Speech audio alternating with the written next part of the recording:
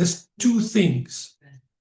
Tonight we want to just pray for two issues, that the sons of God stand authoritatively within the workplace. We want to pray tonight for the workplace without fear of intimidation and never to compromise, and then also for marriages, harmony between husbands and their wives, marital intimacy never to be dulled, and love to always govern the marital union.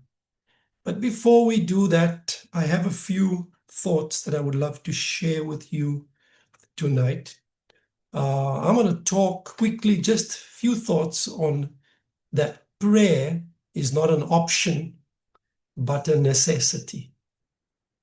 Now, prayer is our invitation to God to intervene in the affairs of earth. So we make an invitation to God to intervene through prayer.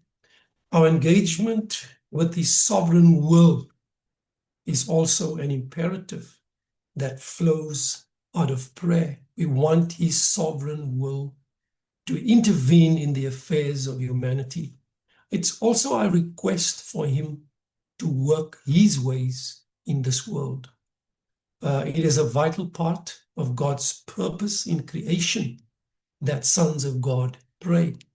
And it is something that we are all called to pursue. We who pray knows that prayer is a sacred trust from God. And we understand our purpose in life as God's priest and intercessor for the world. Prayer activity has got to do with intercessory function, but it's also our priestly operation in function. As governmental prayers, we should have an intimate relationship of trust then with our Heavenly Father, and we should desire the world to experience the power of our God's presence and life on earth. We do this through prayer. We should be convinced that through our prayers, the will of God will flow forth from heaven to earth. As Jesus taught them to pray, your kingdom come, your will be done on earth as it is in heaven. If we know God's plan for prayer, yet fail to pursue it, we are like a person who sees his reflection in the mirror, but then immediately forget what he looks like, according to James 1:22-25. The absolute necessity of prayer must be like an indelible image upon our hearts and minds. If we want to see God's will done on earth, we must do our part, and our part is to pray. God desires you to partner with Him in the great purpose of reclaiming and redeeming His creation.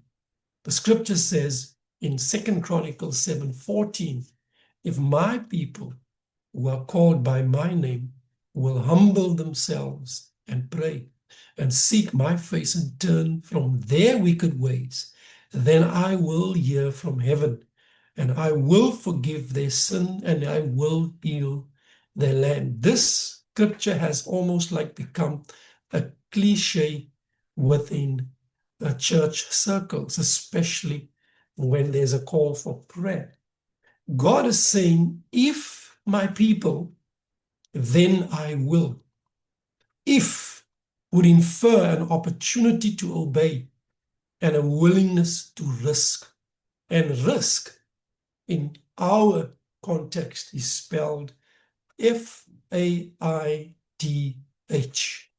When we risk, we operate by faith. And if, he says, if my people, that infers an opportunity to obey God and a willingness to risk, a willingness to operate in belief that God will intervene. We are a kingdom of priests unto our God, according to Revelation. And as such, God has called us to be his priests or intercessors, our mediators, our arbitrators. This refers to the entire body of Christ and not just an elite group of intercessory prayer warriors within the local church. However, we know when there is a call for prayer, then only a handful of sons of God enlist and would obey. So tonight, I salute you being part of this warrior company that would come every second Thursday on this platform to intercede, pray, declare, and decree. As prayer people, we have the endowed power to bring God's will on earth, to effect change so that the world can be healed and transformed by his grace. Remember, what happens on earth is primarily then determined by a representative people in sync with heaven's desires for the earth. God's will can be executed only through our cooperation as sons on earth. And prayer is this medium of our cooperation. Prayer is therefore the most important activity of sons of God within God's kingdom. We must constantly then use the purpose and position God has given us as sons of God to invite heaven to intervene in the realm of the earth. And that invitation is our expression of prayer to our Father for his intervention. This intervention comes by way of purpose-driven prayer, intervention strategies, as we corporately pray prayers through which God governs in the realm of the earth. And that's what we are doing on this platform. I teach you, I train you how to pray effectively, and then we pray for God's sovereign intervention. So tonight, let us purposefully prepare our hearts, our minds, our souls, and our strength to willfully and wholly agree that God's will be done on earth until the kingdom of the world has become the kingdom of our Lord and of his Christ, according to Revelation 11, verse 15. The people of the earth is depending on sons of God who are aligned with the throne through the medium of prayer. The families of the earth are depending on you to pray. Your children's children are depending on you to pray. All creation is depending on you to pray. Heaven is depending on you to pray. Jesus told his disciples in Luke 18, verse 1, that men ought always to pray and never to faint or to give up. Jesus gives us the assurance that God does hear and answer our prayers when he said in Mark 11:24, therefore I tell you, whatever you ask for in prayer, believe that you have received it and it will be yours. The answer is certain, that our prayers will be answered and that we are instructed to believe that it's already happened. That is belief in action. When we pray, we receive what we have asked for. Through prayer, we'll build intimacy with God. True prayer brings honor to his nature and his character. True prayer causes respect for his integrity to flow from our lives. True prayer enables belief in his word. True prayer causes a trust in his love. True prayer affirms his purposes and his will, and we can, through prayer, appropriate his promises. This was the great secret to Jesus' success in ministry. He demonstrated a lifestyle of prayer. Of all the things Jesus' disciples observed him say and do, the Bible records only one thing. They would ask him to teach them And that was how to pray according to Luke 11 and verse 1. The scripture says, very early in the morning, while it was still dark, Jesus got up, left the house, and went off to a solitary place where he prayed. Mark 1 verse 35. This was Jesus's regular custom. He would leave the house, get up early, go to a lonely place, and there he would pray. Whenever the Bible mentions Jesus praying, it tells specific things about his actions. For example, it says in Matthew 14:23, after he had dismissed them, he went up on a mountainside by himself to pray. When evening came, he was there alone. Matthew 14:23. One of those days, Jesus went out to a mountainside to pray and spent the night praying to God. Luke 6 verse 12.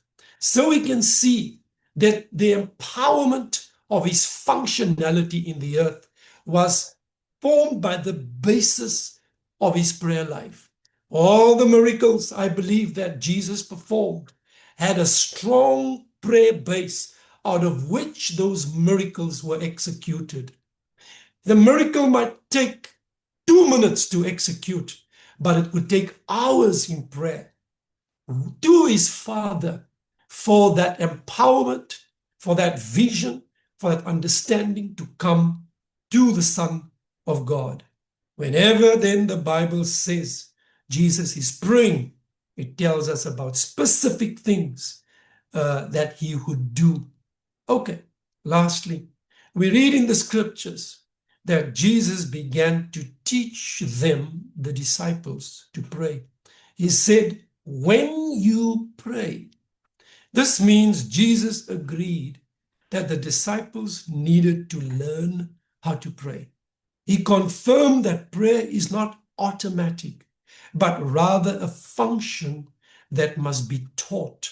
And that's what we do on this platform. We pray, but we also learn how to pray effectively as I instruct you for the intervention of heaven upon the earth. And that's it for tonight. As we pray, I want us to pray that sons of God would stand tonight authoritatively within their workplaces, without fear of intimidation, and never to compromise. So I want us to pray for the workplace tonight. And I know that many of God's people are going through tough times within their work situations. And then I want us to pray for marriages in particular.